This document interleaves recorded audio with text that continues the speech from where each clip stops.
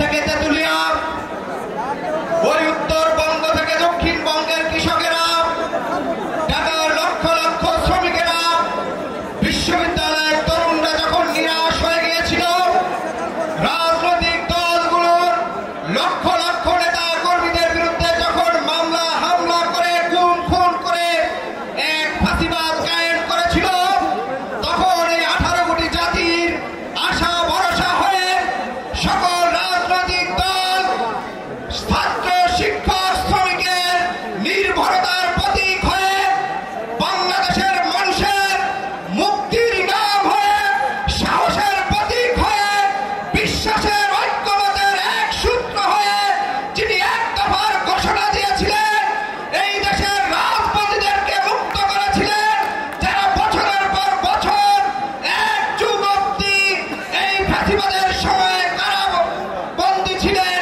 সেই কারাবন্দীদেরকে যারা মুক্ত করেছেন, সেই এক দফার ঘোষক জাতীয় নাগরিক পার্টির আহ্বায়ক সংগ্রামী জননেতা জনাব নাহিদ ইসলাম। জনাব নাহিদ ইসলাম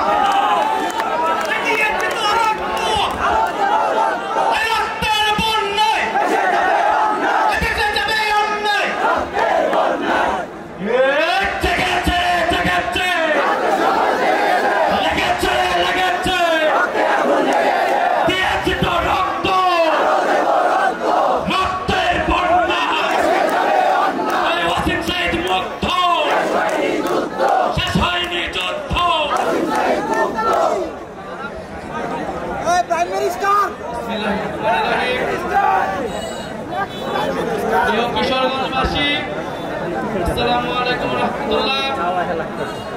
আজকে আপনারা এই আপনাদের মেলাও জাতীয় নাগরিক পার্টির আহ্বানে দেশ গড়তে জুলাই পদযাত্রায় আপনারা এসেছেন, আমাদের কথা শুনছেন, আপনাদের কথা জানাচ্ছেন, এই জন্য আমরা কৃতজ্ঞ।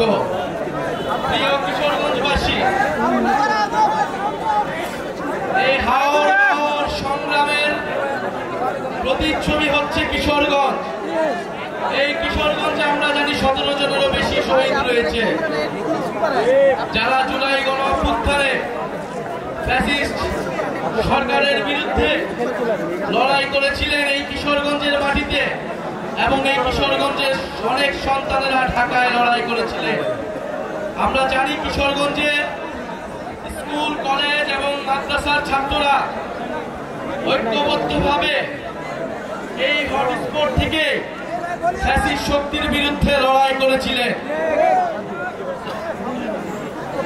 আমরা সেই লড়াইকে ধারণ করে জাতীয় নাগরিক পার্টি দেশব্যাপী নতুন দেশ গড়ার আহ্বান নিয়ে রাজপথে আবারও নেমেছি।